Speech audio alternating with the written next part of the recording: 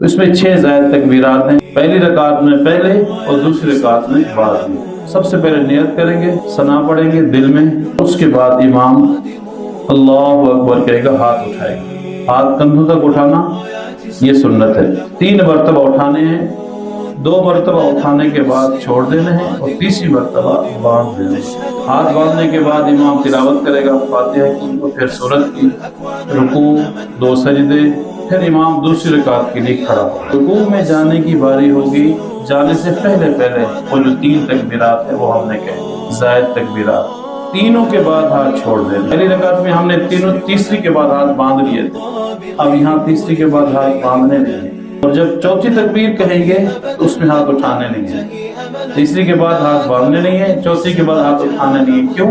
کہ وہ زائد تکبیر نہیں ہے، وہ رکوع کی تکبیر ہے۔ سیدھا ہم نے رکوع میں جانا ہے، 2 سجدے کرنے ہیں اور اس کے بعد اپنی صفوں میں ہی رہنا ہے، جیسے اس حدیث میں ہم نے پڑھا، اپنی صفوں میں رہنا ہے۔ امام آپ کی طرف متوجہ ہوگا، یعنی کہ نماز پڑھنے کے بعد ممبر پہ آئے گا، کھڑا ہوگا، وہ خطبہ دے گا، خطبہ دینے کے بعد پھر آپ جا سکتے ہیں۔